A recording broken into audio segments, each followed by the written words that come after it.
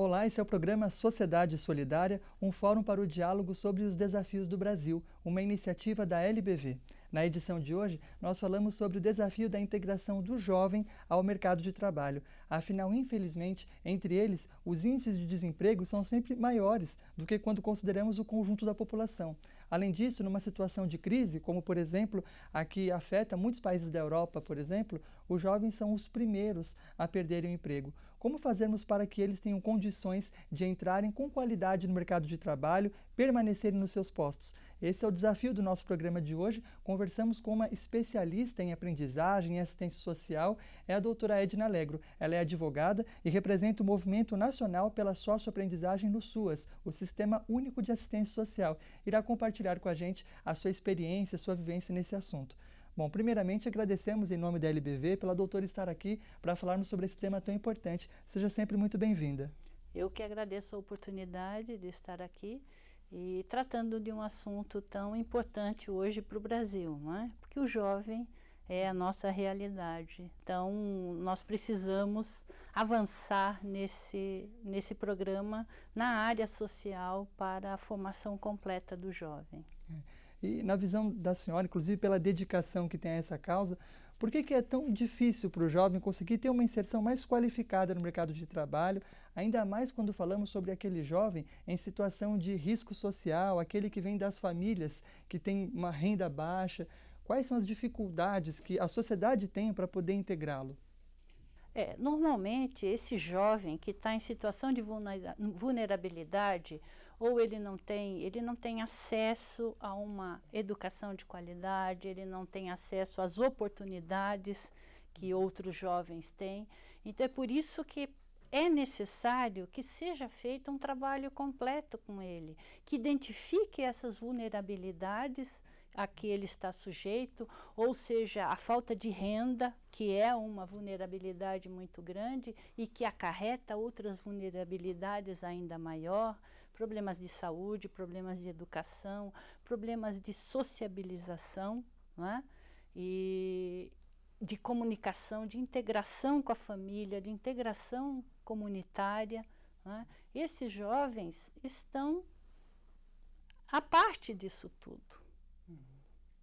E precisa que exista todo esse trabalho de fortalecimento dos vínculos dele, dos vínculos familiares, dos vínculos comunitários e também a oportunidade para ele ser inserido ao mercado do trabalho. Esse não é nem ter oportunidade de um outro emprego, de um emprego melhor. Não, é do seu primeiro emprego. É de ele se capacitar, de ele ter capacidade até de ele saber como se portar numa entrevista para um emprego. Não é?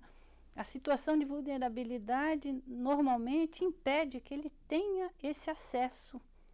E o que é feito pelas entidades que atuam na área da aprendizagem é exatamente isso: identificar quais são as vulnerabilidades através de assistentes sociais, de psicólogos, de pedagogos, e fazerem esse trabalho com ele de desenvolver as habilidades que ele tenha, porque a princípio nem estão identificadas quais são as habilidades, né? Ele não tem como desenvolver suas habilidades, suas aptidões, e nas entidades é isto que é propiciado a ele.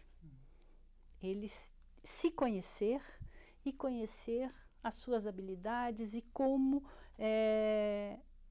ser inserido no mercado de trabalho, numa atividade que vá lhe ajudar a sua família a sair da vulnerabilidade.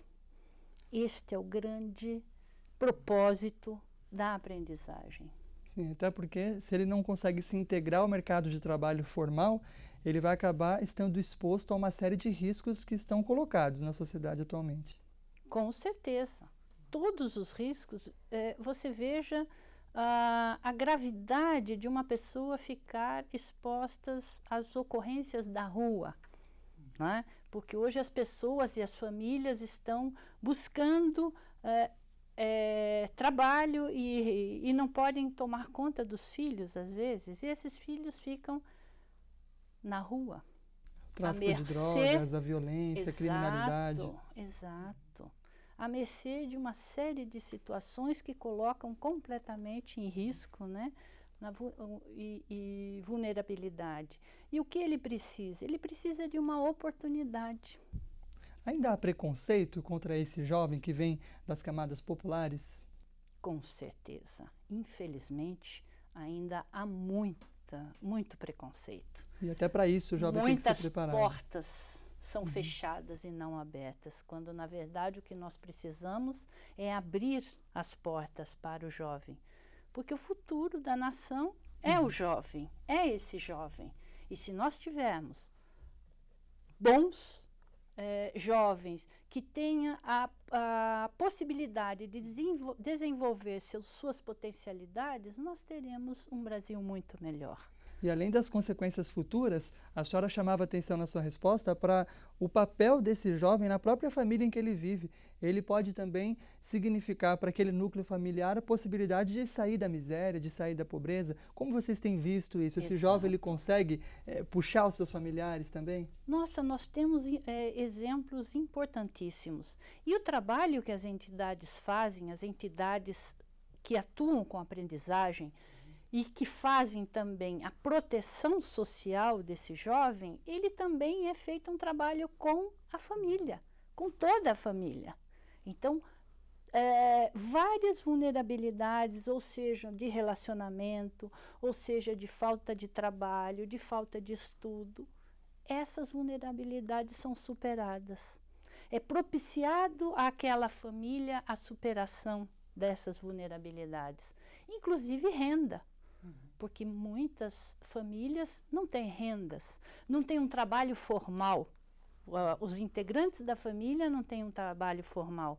E toda a aprendizagem é feita no sentido de garantir todos os direitos trabalhistas do jovem e do adolescente que está em fase de aprendizagem. A aprendizagem, ela não é um trabalho, ele é um contrato diferenciado de trabalho. Ele está aprendendo, ele está em formação. Isso até evita que esse jovem, ele, ao entrar no mercado profissional, ele seja também explorado, faça serviços que vão impedir de estudar, por exemplo. Essa é uma situação também para a qual nós devemos ficar atentos para que os adolescentes não estejam expostos principalmente a isso, né? Sem dúvida, um grave risco que pode ocorrer é a exploração do trabalho. Do jovem e do adolescente, né? Ainda menor de idade. Então, o serviço de aprendizagem, e quando ele tem devidamente o seu contrato de trabalho de aprendiz formalizado com a entidade, é no sentido de garantir realmente todos os direitos desse jovem. Não só de acolhimento, de desenvolvimento, ele é obrigado a estar num curso formal de escolar, se ele ainda não tiver formação. Então, é todo um trabalho que é feito, sua saúde melhora, porque há um acompanhamento, ele tem acompanhamento por psicólogos, por assistentes sociais, que vão identificar exatamente como tem que ser tratado aquele adolescente. De que forma é que tem que ser abordado a sua pessoa e os seus problemas para que ele realmente consiga se inserir na sociedade. Bom, a doutora já tocou em alguns aspectos importantes aí a respeito do que significa a lei da aprendizagem na prática e também quais são as características da socioaprendizagem, sobre a qual muito se fala hoje em dia. No próximo bloco ela vai explicar para a gente o que significa, contar também algumas novidades desse grande debate que há no país em torno desse tema e falar ainda sobre outras possibilidades de integração do jovem ao mercado profissional. O programa Sociedade Solidária conversa hoje com a doutora Edna Alegro, representante do Movimento Nacional pela Socioaprendizagem no SUAS, o Sistema Único de Assistência Social. Nós vamos para um breve intervalo e daqui a pouco continuamos esse bate-papo.